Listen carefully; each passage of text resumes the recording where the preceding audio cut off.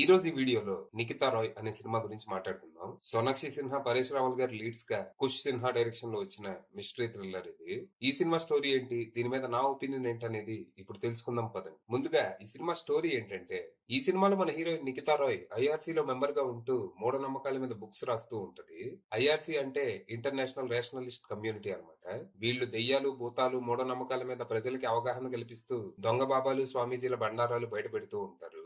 ఇక రీసెంట్ గా నిఖితా వాళ్ళన్న ద ఫెయిత్ ఫౌండేషన్ అనే ఆశ్రమం గురించి, దాన్ని నడిపే అమర్దేవ్ అనే మహిమల గల బాబా గురించి ఇన్వెస్టిగేట్ చేస్తూ ఉంటాడు. అయితే ఈ ఇన్వెస్టిగేషన్ మధ్యలో ఉండగా తను అనుమానాస్పద స్థితిలో చనిపోతాడు.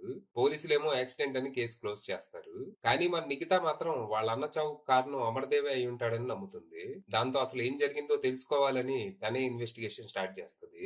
అయితే ఆ ఇన్వెస్టిగేషన్ లో చనిపోయే ముందు వాళ్ళ అన్న అమర్దేవ్ ని నమ్మటం మొదలు పెట్టాడని తెలిసి షాక్ అవుతుంది. అలాగే తన మహిమల్ని అనుమానించినందుకు గాను అమర్దేవ్ వాళ్ళ అన్నాన్ని శపించాడని, ఆ శాపం వల్లే తను చనిపోయాడని తెలిసి తనకి మైండ్ పోతుంది. దాంతో తన ఫోకస్ మొత్తాన్ని అమర్దేవ్ మీదకి షిఫ్ట్ చేస్తది. అయితే ఈ విషయం తెలుసుకున్న అమర్దేవ్ నిఖితాని కూడా శపించి, నువ్వు కూడా మీ అన్నలాగే 3 రోజుల్లో చస్తావని వార్నింగ్ ఇస్తాడు. మరి ఈ పరిస్థితుల్లో మన నిఖిత ఏం చేసింది? అసలు ఈ అమర్దేవ్ ఎవరు? నిజంగానే తను మిరకిల్ వర్కరా, లేకపోతే తెలివైన మాయలోడా? అసలు తన కథేంటి? చివరికి ఈ శాపం నుంచి మన నిఖిత ఎలా బయటపడింది? వాళ్ళన్న చావు వెనుకున్న మిస్టరీని ఎలా ఛేదించింది అనేది మీరు సినిమా చూసి తెలుసుకోవాలి. ఇక ఈ సినిమా నాకైతే పెద్దగా నచ్చలేదు. ఇంట్రెస్టింగ్ కాన్సెప్ట్ తీసుకొని లేజీ స్క్రీన్ ప్లే తో చాలా వరకు సహనానికి పరీక్ష పెట్టారు. ఓపెనింగ్ సీన్ వరకు ఇంట్రెస్టింగ్ గా అనిపించినా తర్వాత నుంచి సినిమా చాలా నీరసంగా సాగుతుంది. డైరెక్ట్ గా కథలోకి వెళ్ళిపోవాలనే తొందరలో ఓల్డ్ బిల్డింగ్, క్యారెక్టర్ డెవలప్మెంట్ లాంటివి పక్కన పడేశారు. దీని వల్ల అన్నా చెల్లెల బాండ్ సరిగ్గా ఎస్టాబ్లిష్ అవ్వదు. Zero emotional connect. ఇక ఇక్కడ నిఖితా చేసే ఇన్వెస్టిగేషన్ కూడా చాలా ఇరిటేటింగ్ ఉంటుంది.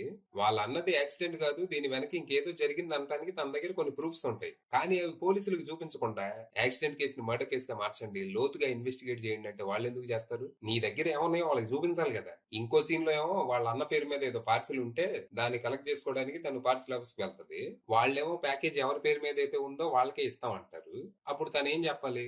అంటే అది మా అన్నదండి, తను ఇప్పుడు లేడు, అందుకే నేను వచ్చాను, ఇదిగో డెత్ సర్టిఫికేట్ అని ఏదో బొంగు చూపిస్తే ఇస్తారు కదా.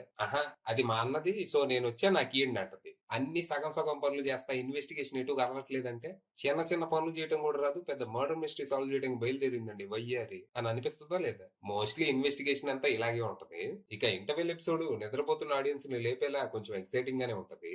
పరేష్ రావల్ గారి మెనిసింగ్ ప్రెసెన్స్ సెకండ్ హాఫ్ మీద ఇంట్రెస్ట్ క్రియేట్ చేస్తుంది. ఇక సెకండ్ హాఫ్ లో అక్కడక్కడ కొన్ని మెరుపులున్నా మోస్ట్లీ ప్రెడిక్టబుల్ స్క్రీన్ ప్లే తోనే సాగుతుంది. ఇక క్లైమాక్స్ ట్విస్ట్ సర్ప్రైజ్ చేయకపోగా అబ్బా ఎప్పటికైనా తెలిసిందే దీనికి అనేలా ఉంటది. ఇక పర్ఫార్మెన్స్ విషయానికి వస్తే సోనాక్షి సిన్హా, పరేష్ రావల్ గారు మంచి నటనే కనబరిచారు గానీ ఆ క్యారెక్టర్స్ అంత గొప్పగా లేకపోవడంతో పెద్దగా యూజ్ లేకుండా పోయింది. దీనికి తోడు సినిమా అంతా లండన్ లోనే జరగడంతో అందరూ బ్రిటిష్ యాక్సెంట్ ట్రై చేస్తారు, విచ్ ఇస్ వెరీ డిస్ట్రాక్టింగ్. అయినా ఈ కథ కోసం లండన్ దాకా ఎందుకు పోయారు? ఏడో ఏదో ఊర్లో తీస్తే అయిపోయి కానీ. ఇక ఉన్నంతలో కొద్దో గొప్ప సుహేల్ నాయర్ కొంచెం ఎంటర్టైన్ చేశాడు. ఇక అర్జున్ రాంపల్లి కంప్లీట్లీ వేస్టెడ్ అనిపించింది. ఇక డెబ్యూ డైరెక్టర్ కుష్ సిన్హా విషయానికి వస్తే తన పడితనం జస్ట్ ఓకే, ఇంకా చాలా మెరుగు అవ్వాల్సిన అవసరం ఉంది. ఫైనల్ గా చెప్పేది ఏంటంటే, డైరెక్టర్ గా డెబ్యూ ఇచ్చిన తమ్ముడు, కంగు తిన్న అక్క, అది విషయం.